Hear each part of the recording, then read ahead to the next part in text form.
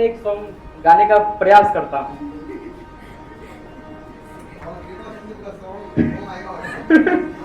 अच्छा ठीक है सर, ठीक है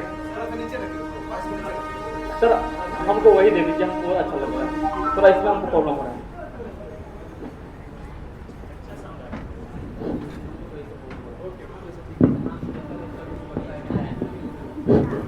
अब सही है, अब लगता है कुछ ज्यादा ही सही है, तो मैं सॉन्ग चालू करता हूँ। है कथा संग्राम की, विश्व के कल्याण की, धर्म अधर्म आदि अनंत, सत्य असत्य कलेश कलंक, सार्थ की कथा परमार्थ की। शक्ति है भक्ति है जन्मों की मुक्ति है, जीवन का ये संपूर्ण सार है। युग युग से कण कण में सृष्टि के दर्पण में वेदों की कथा अपार है। कर्मों की गाथा है, देवों की भाषा है, सदियों के इतिहास का प्रमाण है। कृष्ण की महिमा है, गीता की गरिमा है, ग्रंथों का ग्रंथ ये महान है। महाभारत महाभारत महाभारत।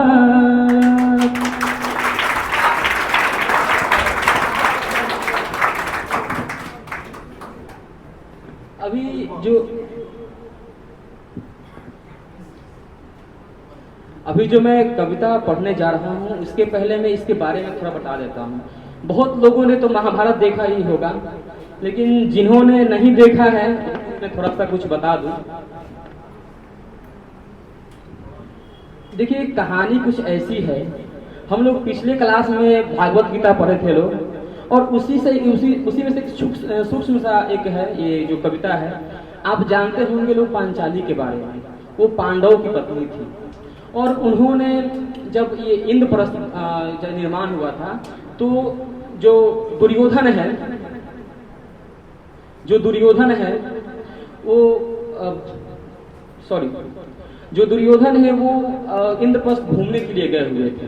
तभी पांचाली ने, वो एक फर्श जैसा था लेकिन वो पानी था, वो पार किए, तब वो पानी में गिर गए। तभी पांचाली ने कटाक्ष किया था, अंधे का बेटा अंधा, और उनको ये बहुत ही बुरा लगा। और सूर्यपुत्र कर्ण के बारे में आप जानते ही होंगे। इन्होंने जब स्वयंवर में जब गए थे, तब ये धनुष उठाए, तब पंचाली ने रोका कि मैं एक क्षुद्र से विवाह नहीं करूंगी। तब ये बात उनको बहुत बुरी लगी थी, और इसी का उन्होंने बदला लेने के लिए एक षड्यंत्र रचा, और मामा शकुनी के साथ, आप मामा शकुनी को भी जानते होंगे, ये इज नॉट, मामा शकुनी के बारे में भी जानते होंगे, जो गांधार नरेश के पुत्र थे। जो गांधारी उनकी बहन थी, उनका विवाह मैं भूल रहा हूँ उनका नाम, उनका विवाह धृतराष्ट्र से जबरदस्ती शादी करवाया गया था, और उनका वो बदला लेने के लिए उनका भी एक बदला था। और ये तीनों ने मिलकर एक षड्यंत्र रचा चौसर का। और जो शकुनी जो हमेशा पासा साथ रखता था, वो शकुनी के पिताजी के हड्डियों से बना हुआ था। वो जो सोचेगा जो वही आएगा। और ये जो षड्यंत्र रचा गया, और हस्तिनापुर में ये खेला गया, और चौसर खेला गया, जिसमें सबसे पहले महाराज युधिष्ठिर अपना सब राज्य हार गए, फिर पांडवों को हार गए, उसके बाद अपनी पत्नी तक को हार गए। और फिर उसके बाद दुर्योधन ने दुशासन से बोला, जाओ दुशासन, जाकर द्रौपदी का बाल पकड़ के लाया उसने, और बाल पकड़ के लाया, और उनका वस्त्र हरण करने का चाहा, लेकिन वो वस्त्र हरण नहीं हो पाया। जानते हैं क्यों?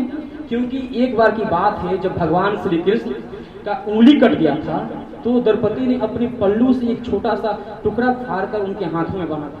तो उन्होंने बोला था कि मैं इस पल्लू का कर्ज अदा करूंगा, क्योंकि उनके वो ऋणी हो गए थे।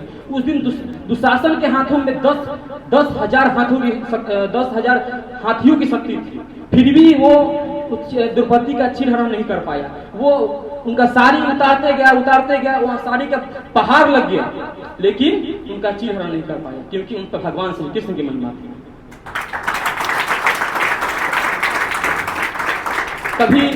तभी गुस्से में आकर पांचाली उन्हें शराप देने की प्रतिज्ञा की। तभी गांधारी ने उन्हें रोका और बोला कि मैं सभी जितने भी आप चीज जुए में हारे हैं, मैं सब वापस करती हूँ।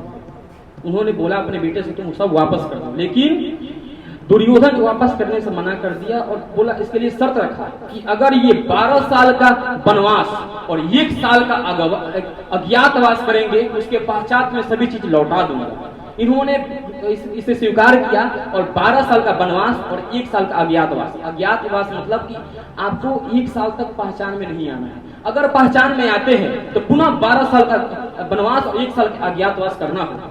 तो वो पहचान में नहीं आए और उन्होंने पूरा कंप्लीट किया। उसके बाद इन्होंने भगवान श्री कृष्ण को दुर्योधन की सभा में भेजे और शांति दूत बनाकर कि जाइए और मेरा जो इंद्रप्रस्थ है उनसे मांगिए। तो दुर्योधन ने मना कर दिया। फिर उसके बाद भगवान श्री कृष्ण ने कहा कि मात्र तुम मुझे 5 ग्राम दे दो।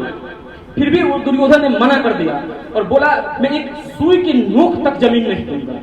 उसके बाद भगवान श्री कृष्ण को उसने बंदी बनाने का प्रयास किया। तभी भगवान श्री कृष्ण ने अपना एक विकराल रूप रखा जिसे मात्र 2 ही व्यक्ति देख पाए, एक विदुर और एक धृतराष्ट्र। धृतराष्ट्र जबकि अंधा था, क्योंकि उनका तेज इतना ज्यादा था कि किसी के क्षमता नहीं था कि उनको देख सके। तो इस पर यह कविता है, वर्षों तक वन में घूम घूम बाधा विघ्नों को चूम चूम। एक मिनट। वर्षों तक वन में घूम घूम बाधा विघ्नों को चूम चूम, सघाम धूप पानी पत्थर पांडव आए कुछ और निकल, सौभाग्य न सब दिन सोता है देखिए आगे क्या होता है। मैत्री की राह बताने को, सबको सुमार पिलाने को, दुर्योधन को समझाने को, भीषण विध्वंस बचाने को, भगवान हस्तिनापुर आए पांडव का संदेशा लाए। 2 न्याय अगर तो आधा दो, 2 न्याय अगर तो आधा दो, अगर इसमें भी यदि बाधा हो तो दे दो मात्र 5 ग्राम, दे दो मात्र 5 ग्राम। रखो अपने घर तितवाम, हम वही खुशी से खाएंगे, परिजन पे हंसी ना उठाएंगे। पर दुर्योधन वो भी दे न सका, आशीष समाज की ले न सका, उल्टा हरि को बांटने चला, उल्टा हरि को बांधने चला। जो था असाध साधने चला, जब नाश मनुष्य पे छाता है पहले विवेक मर जाता है। जब नाश मनुष्य पे छाता है पहले विवेक मर जाता है। हरि ने भीषण हुंकार किया, अपना स्वरूप विस्तार किया, डगमग डगमग दिग्गज दूल्हे भगवान कुपित होकर बोले, जंजीर बधा कर साध मुझे, हाँ हाँ दुर्योधन बांध मुझे। ये देख गगन मुझ में लय है, ये देख पवन मुझ में लय है, मुझ में बिलिन झंकार सकल, मुझ में लय है संकार सकल, अमृत फूलता है मुझ में, संघार झूमता है मुझ में। उद्याचल मेरा दीप्ति भाल, भूमंडल विक्षल विशाल, कुछ प्रति बांध को घेरे है, मैं नाक मेनु पद मोर मेरे है, दिखते जो नर ग्रह निछट निखर, सब है मेरे मुख के अंदर। दीर्घ है तो दी अकान देख, मुझ में सारा परमान देख, चर अचर जीव चर अक्षर नर निस्वर मनुष्य असुर जाति अमर, सतकोटि सूर्य सतकोटि चंद्र सतकोटि सिंधु मन, सतकोटि विष्णु ब्रह्मा बहे, सतकोटि विष्णु जलपति धनेश, सतकोटि रूप सतकोटि काल, सतकोटि दंड लोकपाल, जंजीर बधाकर साध मुझे, हाँ हाँ दुर्योधन बांध मुझे।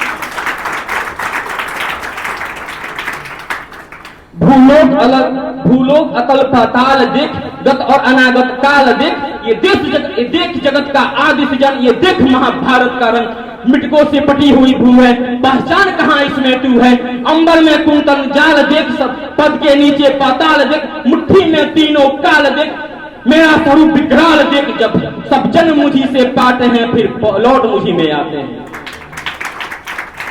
जिह्वा से करती सरस, जिह्वा से करती ज्वाल सघन, जिह्वा से करती ज्वाल सघन, सांसों में पाता जन्म पवन, पड़ जाती मेरी दृष्टि दिजर, हंसने लगती है सृष्टि उधर, जभी मोचता हूँ जभी मूंदता हूँ लोचन, छा जाता चारों ओर मरण।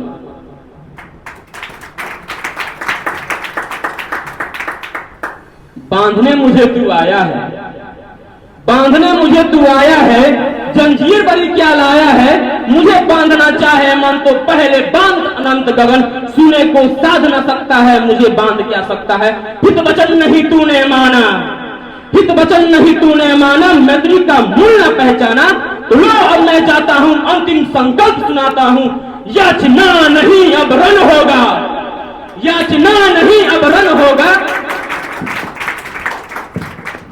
याचना नहीं अब रण होगा, जीवन जय या की मरण होगा, टकराएंगे नक्षत्र निकर, बरसेगी भूख पर बर्फ पिघल, फल शेष नागिका डोलेगा, विकराल काल मुंह खोलेगा, दुर्योधन रण ऐसा होगा जो फिर कभी नहीं जैसा होगा, भाई पे भाई टूटेंगे, विषबान बूंद के छूटेंगे, वारे संग सब लूटेंगे, सब भाग मनुष्य के फूटेंगे, आखिर तो भूसा ही होगा।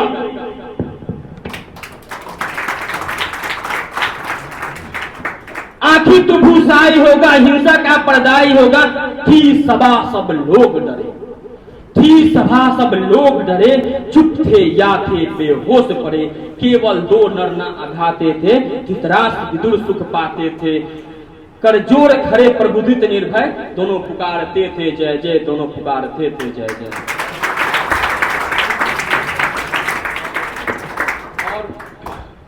और जाते जाते मैं महाभारत का बहुत ही महत्वपूर्ण श्लोक है, सबसे देखा जाए तो सबसे महाभारत सबसे यूनिक श्लोक है तो यही है, मैं इसे पढ़ता हूं एक बार। यदा यदा ही धर्मस्य ग्लामिन भवति भारत, यथमुष्ठार्म अधर्मस्य तदात्म्यं सृजामहं, परित्राणाय साधूनां विनाशकाय चतुष्टकां, धर्मस्थापनार्थाय संभवामि युगे युगे।